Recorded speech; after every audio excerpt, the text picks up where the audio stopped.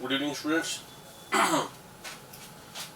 मैं होप करता हूँ कि आप सब लोगों ने इन सबके नाम लिख लिए होंगे, है ना।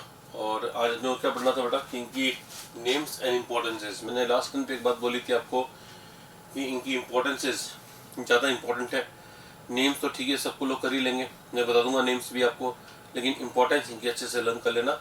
अभी मैं इसका इंपॉर्टेंस बताना स्टार्ट करता हूँ। स्टार्ट करते हैं बेटा अपन पहले कंपाउंड से, K4FeCN6 से। ये पेन सेलेक्ट करना पड़ेगा पहले, बहुत ज़रूरी बात होती है ये ना। चलो तो K4FeCN6 की बारे में बात करते हैं।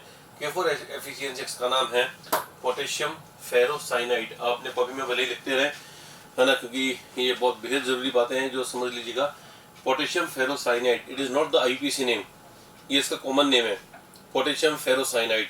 फेरो इसलिए क्योंकि इसमें आयरन की ऑक्सीडेशन स्टेट +2 है, और इसमें निकालोगे तो +3 आएगी आयरन की ऑक्सीडेशन स्टेट। तो ये पोटेशियम फेरिसाइनाइड है। पोटेशियम फेरोसाइनाइड फर्स्ट है और फेरिसाइनाइड सेकंड है। ये दोनों ही लैब में रिएजेंट्स के बतौर काम आते हैं, और ये कई सारे टेस्ट करना देता है, जिनमें से हमारे कोर्स से संबंधित 4 टेस्ट हैं, जो 3 तो मैं इसके बताऊंगा और एक इसका बताऊंगा।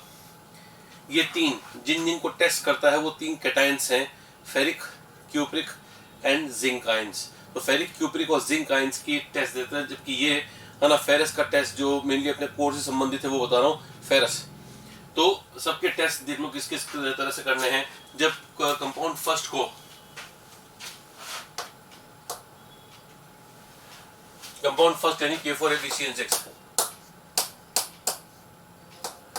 K4FeCN6 रिएजेंट है, और ये रिएजेंट क्या करता है बेटा, ये फेरिक के साथ टेस्ट देता है। अगर आपके पास लैब में फेरिक आयन है, फेरिक आयन है, तुमको पहचानने के लिए ये है कि इसमें ये मिला दो, ब्लू कलर आ जाएगा, जिसको पर्शियन ब्लू कहते हैं। अगर ये मिला दोगे कॉपर आयन, कॉपर आयन का टेस्ट करते समय ये मिला दोगे तो चॉकलेट ब्राउन PPT आ जाएगा।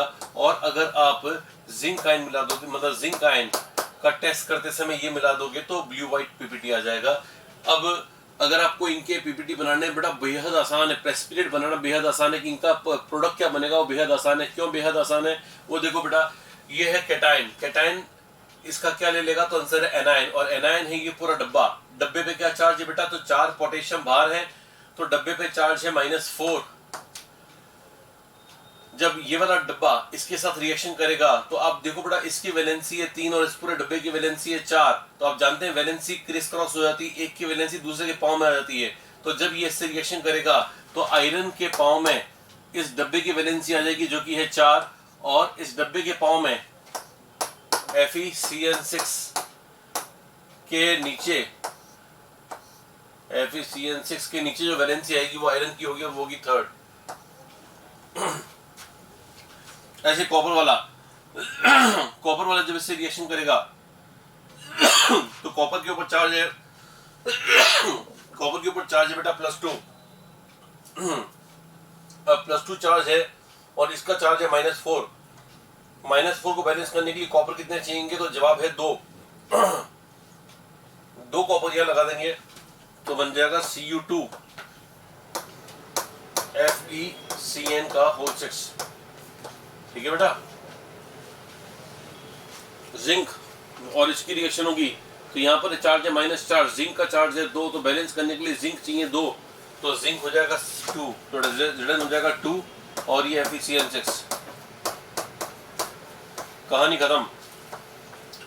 अगर आप बोलोगे कि सर कहानी तो खत्म, लेकिन ये है क्या क्या, तो बेटा पहला वाला जो है उसका कलर है ब्लू, दूसरे वाले का ब्राउन, चॉकलेट ब्राउन, और तीसरे वाले का ब्लू व्हाइट। ये आपको याद रखना पड़ेगा बेटा, मैंने भी याद किया, आपको भी याद रखना ही पड़ेगा।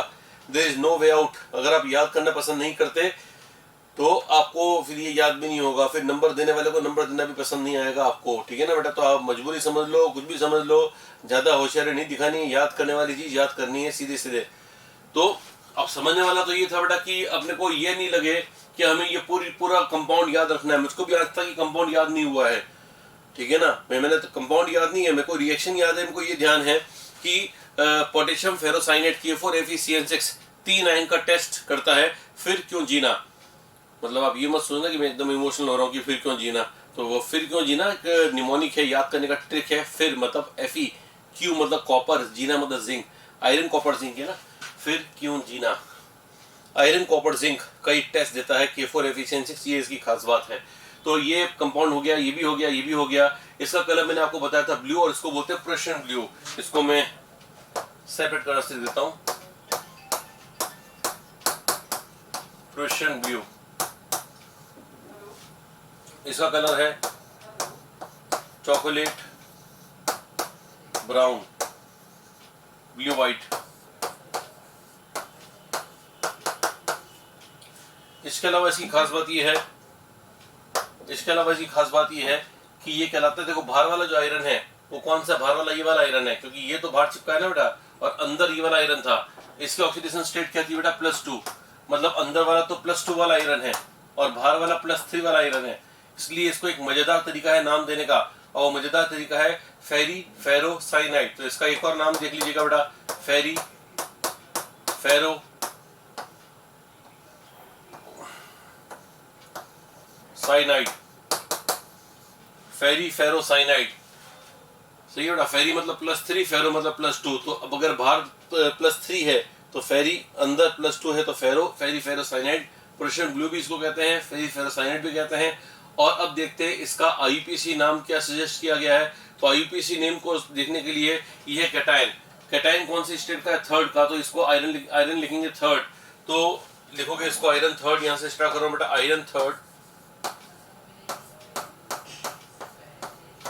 Iron third.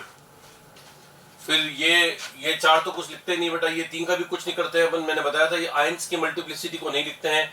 अब लिखते हैं साइनाइड, कितने हैं साइनाइड, 6, तो हेक्सा साइनाइडो।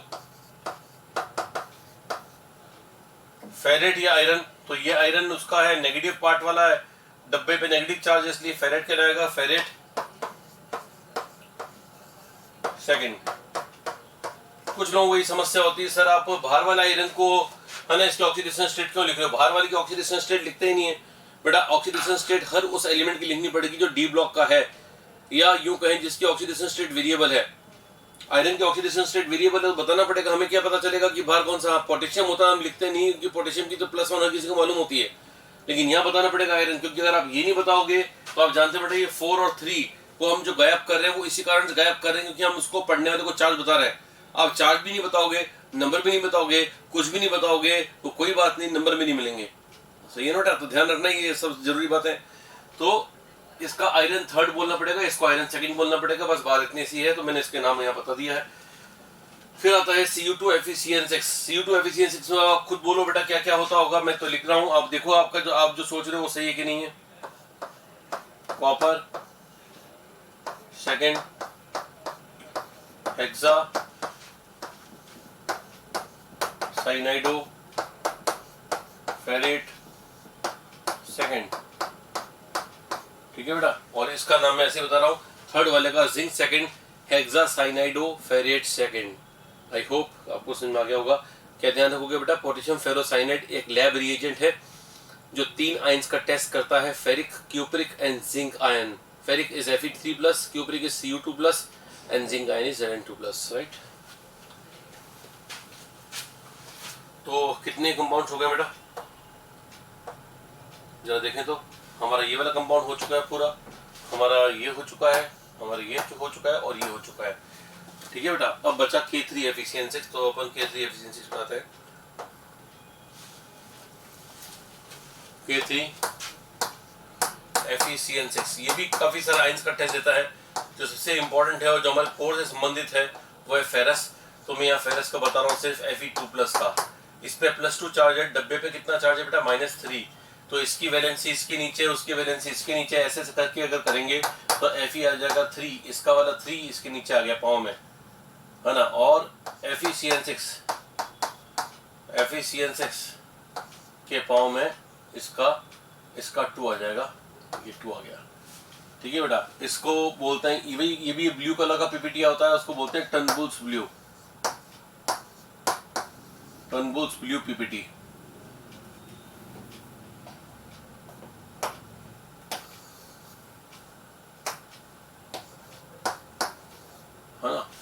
और इसको क्या बोलेंगे बेटा, ये वाला आयरन कौन सा है, +2 वाला आयरन है ना, ये +2 वाला, और अंदर वाला कौन सा +3 वाला है, तो इसको बोलना पड़ेगा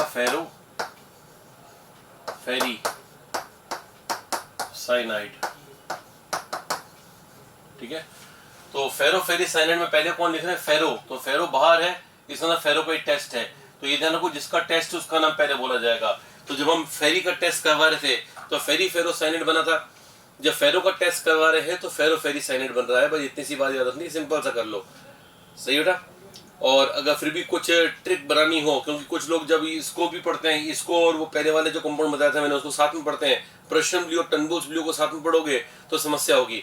इसलिए याद करने का तरीका ये समझ लो कि जो टनबुल्स ब्लू है उसकी स्टार्टिंग किससे हो रही बेटा, TU से, तो ये 2 का टेस्ट है, 2 TU, तो TU होता है, लेकिन TU तो कुछ होता नहीं है, तो बस होता है 2। ध्यान रखो कि ये 2 का टेस्ट है, मतलब +2 का टेस्ट है, और बचा हुआ अपने अभी बचा तो एक प्रश्न ब्लू, तो अपने अभी +3 का टेस्ट हो गया। ये याद करने की ट्रिक्स हैं, किसी को बिना ट्रिक्स किया होता है तो इट इज वेलकम, ठीक है ना। तो वही वाली बात है कि अपने को थोड़ी सुविधा मिल जाए तो ठीक रहता है, नहीं है किसी को बगैर सुविधा के कुछ पसंद होता है कि नहीं सर हमें तो, ठीक है ना, बगैर सुविधा के हम तो मेट्रो में भी जाते हैं, अगर कहीं बाहर जाते हैं मेट्रो में भी जाते हैं तो हम तो खड़े होकर जाना पसंद करते हैं, मजा आता है, तो बहुत बढ़िया बात है बेटा, कोई दिक्कत वाली बात नहीं है। और जिनको सुविधा पसंद है, किसी निमोनिक बता देते हो तो याद हो जाता है, तो थोड़ा सा मैं सोच लेता हूँ कि वैसा कर देते हैं, अदरवाइज कोई उसकी रिक्वायरमेंट है नहीं। तो ये आपको टनबुल्स ब्लू और पर्शियन ब्लू ध्यान रखना है, कौन किसके टेस्ट में बना था आपको मालूम होगा अब, ठीक है। और अपन देखते हैं वापस से कि अपन कहाँ तक पहुंच गए हैं। अपन ने अब ये भी कर लिया है और इसके थ्रू ये भी कर लिया है, ठीक है। तो 1 2 5 6 7 8 ये हो गए। अब बच रहा है अपना 3 और 4। अब 3 और 4 बेटा सबसे इंपॉर्टेंट है, अभी तक के जो भी मैंने एग्जांपल्स करवाए, ज़्यादा नहीं करवाए, लेकिन जो भी करवाए उनमें सबसे इंपॉर्टेंट जो है 3 और 4 है। 3 क्या है बेटा, K3 Cu CN4, ठीक है ना। अब इसके लिए क्या बता रहा हूँ मैं वो सुनना बेटा, ये वाला आयन, ये वाला कॉम्प्लेक्स जो है वो एक इम्पॉर्टेंट कॉम्प्लेक्स है। इसकी सबसे बेहद इंपॉर्टेंट प्रॉपर्टी है कि ये है कि इट इज फॉर्म्ड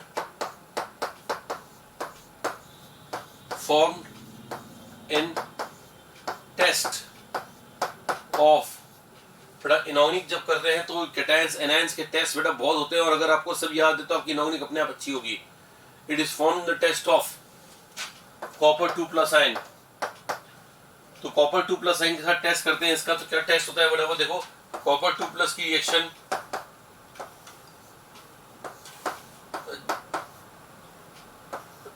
जब KCN के एक्सेस के साथ करवाते हैं, KCN के एक्सेस के साथ, तो KCN पहले तो इसको बदलता है कॉपर +1 में। अगर आप बोलोगे सर ऐसे किसी हिम्मत इसकी, साइनाइड तो एक लिगेंड है, इसने कॉपर 2+ को कॉपर +1 में क्यों बदल दिया, तो बेटा ये साइनाइड आयन जो होता है वो लिगेंड होने के अलावा एक और काबिलियत रखता है, उस काबिलियत को बोलते हैं रिड्यूसिंग एजेंट। वो एक बढ़िया रिड्यूसिंग एजेंट है, और इसलिए मैंने कहीं ना कहीं आपको बताया था कि ये स्यूडो हैलाइड होता है। स्यूडो हैलाइड नहीं, हैलाइड नहीं है, लेकिन हैलाइड की तरह हरकतें करता है ना, इसलिए इसको स्यूडो हैलाइड भी कहते हैं। तो it's pseudo halide.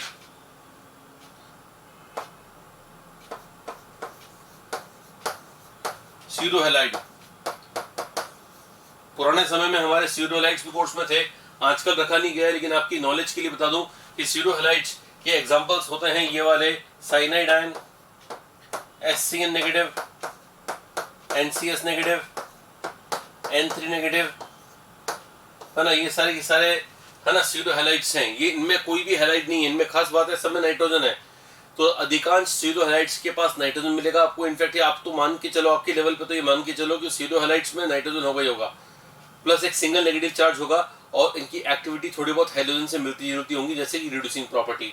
Cyanide ion एक बहुत ही अच्छा स्यूडो हैलाइड, एक अच्छा रिड्यूसिंग एजेंट है, इसको इसलिए इसको स्यूडो हैलाइड की कैटेगरी में रखा गया है। तो कॉपर 2+ जब एक्सेस KCN से रिएक्ट करेगा तो पहले तो कॉपर +1 में कन्वर्ट हो जाएगा। अभी भी बेटा ये डी ब्लॉक का एलिमेंट है, डी ब्लॉक का आयन है, इसलिए कॉम्प्लेक्स बना सकता है। KCN हमने ज्यादा लिया है तो बचा हुआ KCN अब अटैक करेगा इसके ऊपर, यहाँ पे KCN अटैक करेगा, इसका कोऑर्डिनेशन नंबर होता है 4, इसका मतलब इसको 4 साइनाइड चाहिए, और क्योंकि अपने पास KCN एक्सेस में 4 आ जाएंगे इसके पास, तो Cu को कितने CN खेल लेंगे बेटा, Cu को CN खेल लेंगे 4। अब थोड़ा हिसाब किताब करना सीखो बेटा, कॉपर का चार्ज कितना था +1, इसका चार्ज है +1 जो चेंज नहीं होगा, इसमें -4 चार्ज है, तो नेट चार्ज कितना हुआ बेटा -3। तो इन दोनों को मिला के जो चार्ज होगा, इसको हटाता हूं मैं यहाँ से, इसको भी हटाता हूं मैं यहाँ से, और इसका नेट चार्ज दे देता हूँ यहाँ पे, और वो है -3 को बैलेंस करने के लिए पोटेशियम कितने चाहिए बेटा, तो पोटेशियम भी एक्सेस में है हमारे पास, तो 3 चाहिए। तो मैंने पोटेशियम को 3 को यहाँ लिख दिया और इसके चार्ज को एलिमिनेट कर दिया, हटा दिया। ये हो गया K3CuCN4।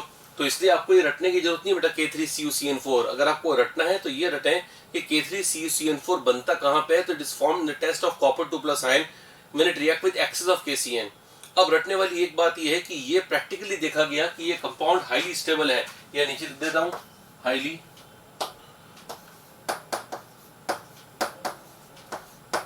स्टेबल। जब कोई हाईली स्टेबल कंपाउंड होता है बेटा, तो उसकी किसी भी एंटिटी को, है ना, उसकी किसी भी मेंबर को अगर तंग किया जाए, लालच दिया जाए कि देख कॉपर को लालच दिया जाए, अरे साइनाइड के साथ क्या कर रहा है, हमारे साथ आजा, रिएक्शन करेंगे, कोई अच्छा प्रोडक्ट बनाएंगे, और कॉपर अगर ऐसी बातों में आ जाए तब तो अनस्टेबल हो। लेकिन ये इतना स्टेबल है बेटा कि किसी की बातों में नहीं आता है, ठीक है ना। इसको भड़काने के लिए हम जानबूझकर एक कंपाउंड को बेचते हैं जिसका नाम है H2S गैस। लैब में H2S की पसंदीदा रिएक्शन है कॉपर के साथ, कॉपर के साथ बहुत इजीली रिएक्ट कर लेता है ये।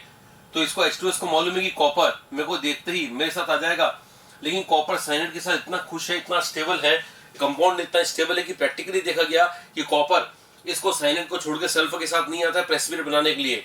इसका मतलब हमें याद रखना पड़ेगा कि दिस कॉम्प्लेक्स K3CuCN4, ऐसे याद रखना बेटा, K3CuCN4 is formed in the test of copper 2+ when it react with excess of KCN.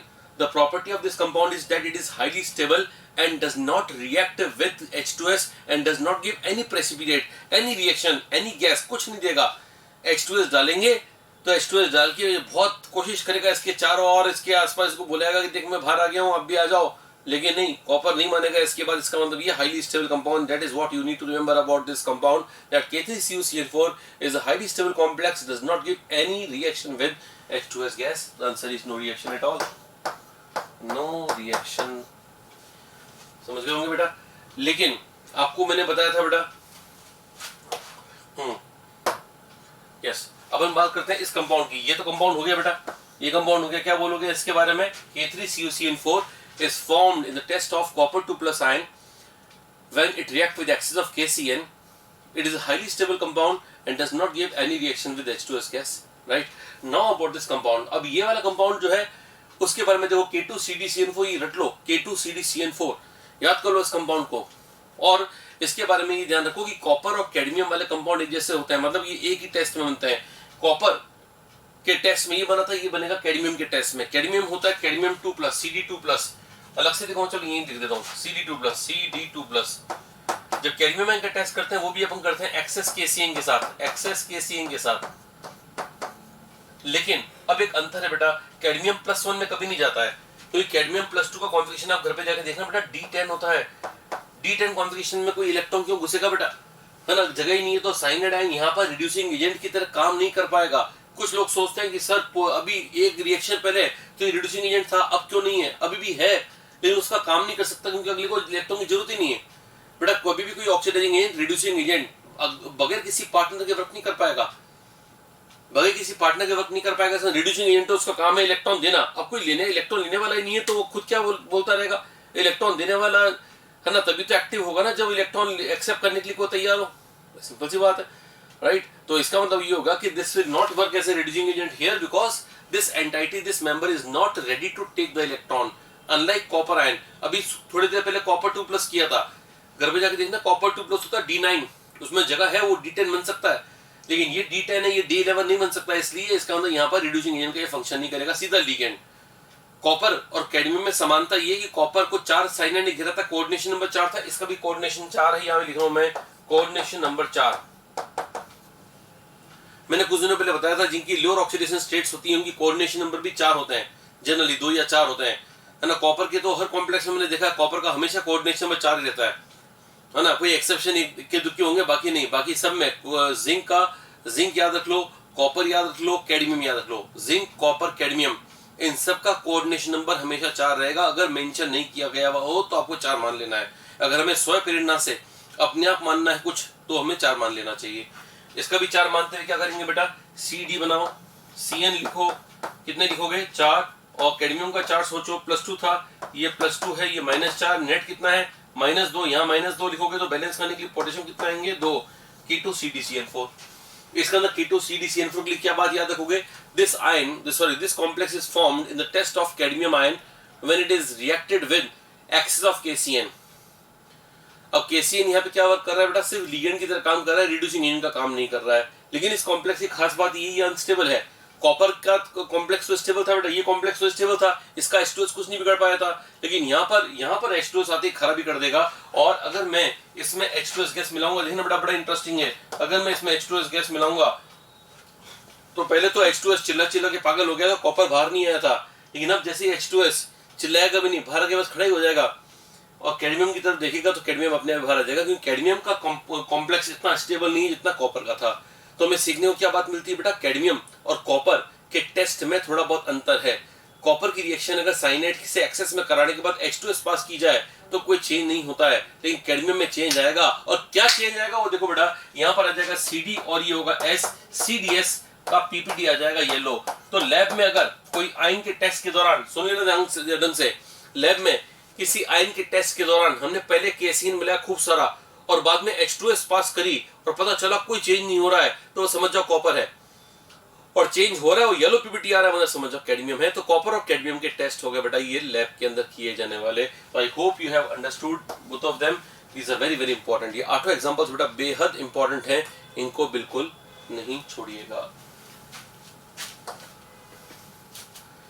NiDMG whole twice. Now I want you to write each and everything about NiDMG whole twice. मैं करवा चुका हूँ बेटा आपको क्या लिखना है वो सुनना। आपको घर पे जाके ये लिखना है कि ये वाला कॉम्प्लेक्स तब बनता है जब हम निकल 2+ का टेस्ट, आपको याद होगा मैंने कहा था दिमाग नहीं लगाना है ना, रेड रोज में ऐसा कुछ बोला था मैंने, तो वो याद करने का तरीका बताया था। आप वापस वो जाके देखो बट DMG जब मैंने पढ़ाया तब मैं बता रहा था आपको घर पे जाके इस कॉम्प्लेक्स के बारे में क्या क्या लिखना है वो सुन लो, है ना। और अगर लिखते समय परेशानी है तो वीडियो को स्क्रॉल करके वापस देख लेना। तो आपको लिखना ये है कि this complex is formed in the test of Ni2+ ion. Ni2+ ion के टेस्ट में ये कॉम्प्लेक्स बनता है। ये कैसे बनता है, तो Ni2+ की रिएक्शन हम करवाते हैं DMG से। अब आप बोलोगे सर DMG नहीं, DMG माइनस नहीं, DMG से करवाते हैं और मीडियम बेसिक रखते हैं ताकि बेसिक मीडियम DMG को DMG माइनस में कन्वर्ट कर देता है और ये कॉम्प्लेक्स बना देता है। इस कॉम्प्लेक्स में काफी सुंदर दिखने वाला कॉम्प्लेक्स होता है बेटा। 2 6 मेंबर की रिंग्स होती हैं, 2 5 मेंबर की रिंग्स होती हैं। चेरी रेड PPD बनता है, यह रोज रेड PPD होता है जो कि ये खुद है, ठीक है ना। निकल के 4 बॉन्ड बने होते हैं, 4 बॉन्ड बनने के अलावा उसमें 2 6 मेंबर रिंग्स मिलती हैं और 2 5 मेंबर रिंग्स मिलती हैं और एक H बॉन्डिंग होती है जिसको बोलते हैं सिमेट्रिकल H बॉन्डिंग। इस कॉम्प्लेक्स में निकल का हाइब्रिडेशन DsP2 है और स्ट्रक्चर स्क्वायर पिनर होता है। ये सारी बातें आपको लिख देनी है। अगर आपको ये सारी बातें याद नहीं है बेटा तो वहां जाके याद करो जहां मैंने इसको करवाया था। ये आपके लिए होमवर्क है, अच्छे से कर लीजिएगा। FeH2NO SO4 ये ब्राउन रिंग कॉम्प्लेक्स है, ये मैं आपको पहले ही करवा चुका हूँ। आपको इसके बारे में ये लिखना है ना। इसका नाम वगैरह तो लिखना ही, ऐसा मत सोचना कि मैं जो इंपॉर्टेंस बता रहा हूँ बस वही लिखनी। नाम तो आपका काम है, इसका नाम तो आपको काम है, नाम भी मैं बता दूंगा लेकिन लिखना आपको है। मैं आपको कैसे लिखते हैं वगैरह वो नहीं बताऊंगा, डायरेक्ट नाम बताऊंगा मैं तो, है ना। यह है ब्राउनिंग कॉम्प्लेक्स, इसके लिए आपको लिखना है this complex is formed in the test of nitrate ion when it react with concentrated sulfuric acid in presence of ferrous sulfate। ferrous sulfate और concentrated sulfuric acid की प्रेजेंस में, है ना, दिए गए मिक्सचर में अगर नाइट्रेट आयन होगा तो बीच में ब्राउन रिंग तैरती हुई नजर आएगी। उस ब्राउन रिंग का फॉर्मूला है ये, जिसका फॉर्मूला है FeH2O5NO SO4, right. Na2FeCN5 is called sodium nitrochloride, ये भी मैंने बता दिया था, है ना। ये भी बता दिया था मैंने कि ये क्या होता है। मैंने जब आयरन और NO स्पेशल केस जब मैं करवा रहा था कि आयरन NO एक साथ वाले था, वहां करवा दिया था। सल्फाइड आयन के टेस्ट में काम आता है SNP, शॉर्ट में लिखते हैं इसको सोडियम नाइट्रोक्लोराइड। रिमेंबर दिस, है ना। ढंग से लिख दोगे इसके बारे में, इस कंपाउंड के बारे में लिखोगे, ये सोडियम नाइट्रोक्लोराइड कहलाता है। ये सल्फाइड आयन के टेस्ट में काम आता है और अगर सल्फाइड आयन प्रेजेंट है तो ये सल्फाइड आयन के साथ रिएक्ट करके कैसे रंग का PPT देता है, पर्पल रंग का PPT देता है। ये आपको लिख देना है। तो हो आप ये कर दोगे, आप ये कर देंगे, आप ये कर देंगे। चलो इसके अलावा क्या क्या कर सकते हैं आप वो बताता हूँ। ये वाला कंपाउंड है फेरोसीन, 21 क्या कंपाउंड है फेरोसीन। फेरोसीन के बारे में आप लिख दीजिएगा कि ये कंपाउंड जो है फेरोसीन वो ऑर्गेनोमेटलिक है, क्योंकि इसमें कार्बन का बॉन्ड मेटल के साथ है। कार्बन मेटल बॉन्ड अगर होगा तो वो ऑर्गेनोमेटलिक होगा। पहली बात तो ये, बस ये ऑर्गेनोमेटलिक इसकी इंपॉर्टेंस है। बाकी नाम मैंने आपको इसका बता ही दिया, नाम तो आपको अपने आप लिखना ही है। 20th भी मैंने आपको बता दिया है। 20th एक ऐसा कंपाउंड है जो कि ईडीटीए की रिएक्शन, कैल्शियम ईडीटीए की रिएक्शन लेड से होने से बनता है। मतलब लेड पॉइजनिंग जब शरीर से रिमूव करते हैं तो कैल्शियम ईडीटी के इंजेक्शन डालते हैं तभी बनता है। तो अगर आपका क्वेश्चन ये है कि सर लिखें क्या, तो आपको लिखना ये है कि this compound is formed during the removal of lead poisoning from human body. Human body से लेड पॉइजनिंग को रिमूव करते समय जब हम कैल्शियम ईडीटी के इंजेक्शन डालते हैं तो है ना, उससे अंदर बॉडी के अंदर रिएक्शन होकर और लेड ईडीटी बन के बॉडी से एक्सक्रीट हो जाता है, राइट। तो आपको ये लिखना है, ये भी मैंने पहले करवाया हुआ है। ये वाला कॉम्प्लेक्स मैंने करवाया हुआ है, ये मेटलर्जी का है। मेटलर्जी कौन कौन से देख लो बेटा, 1 2 3 4 और 5, ये 14 से लेकर जो 18 तक जो कॉम्प्लेक्स है सारे मेटलर्जी के हैं। ये मेटलर्जी में तब बनता है बेटा एल्यूमिनियम की मेटलर्जी में, जब एल्यूमिनियम की वो मेटलर्जी में अपन वो करते हैं एल क्या बोलते हैं Al2O3 को एक्सेस NaOH के साथ रिएक्शन करवा लेते हैं, है ना। NaOH के साथ रिएक्शन करवाते हैं, है ना, वो लीचिंग वगैरह के एग्जांपल में मैंने बताया था, तब ये बन जाता है NaAlOH का होल 4, ठीक है। तो आपको बस ये लिखना है कि ये एल्यूमिनियम की मेटलर्जी में बनता है। एल्यूमिनियम की मेटलर्जी में तब बनता है जब हम बॉक्साइट को लीचिंग करते हैं NaOH से, बॉक्साइट की लीचिंग करवाते हैं NaOH के साथ, तब ये बनता है। ये आपको लिखना है। ये वाला कॉम्प्लेक्स तब बनता है जब अपन डिप्रेसेंट डालते हैं, जब लेड सल्फाइड और जिंक सल्फाइड को अलग कर रहे होते हैं तो बाहर से डिप्रेसेंट मिलाते हैं NaCN, sodium cyanide. Sodium cyanide zinc वाले से रिएक्शन करके ये बना लेता है, इसको लेकर आ जाता है पानी में, क्योंकि सोडियम सॉल्ट पानी में सॉल्युबल होते हैं। ऐसा मैंने मेटलर्जी में लिखवाया था, और मेटलर्जी वाला देख लीजिएगा, वो डिप्रेसेंट वाली रिएक्शन इससे संबंधित है। ये Na3AlF6 it is called cryolite. ये हम एल्यूमिनियम की मेटलर्जी में यूज करते हैं, है ना। जब मोल्टन एल्यूमिना को, है ना, गलाने के लिए उसके मेल्टिंग पॉइंट को लो करना होता है तो ये मिलाते हैं Na3AlF6 it is called cryolite. IUPAC नाम बेटा काम आपका है, मैं तो इंपॉर्टेंस बता रहा हूँ। तो ये क्रायोलाइट है। NaAgCN2 और NaAuCN2 ये दोनों की दोनों जो हैं वो बनते हैं लीचिंग में, सिल्वर और गोल्ड की मेटलर्जी में। ये सिल्वर की मेटलर्जी में लीचिंग में बनता है और ये गोल्ड की मेटलर्जी में लीचिंग में बनता है। ये लिखना है आपको, ऐसे लिखना है कि सिल्वर की मेटलर्जी में लीचिंग के दौरान बनने वाला कॉम्प्लेक्स ये है NaAgCN2। कोशिश करिएगा याद भी रह जाए आपको, ये भी ऐसा ही है। ये कंपाउंड को बोलते हैं सिस्प्लैटिन,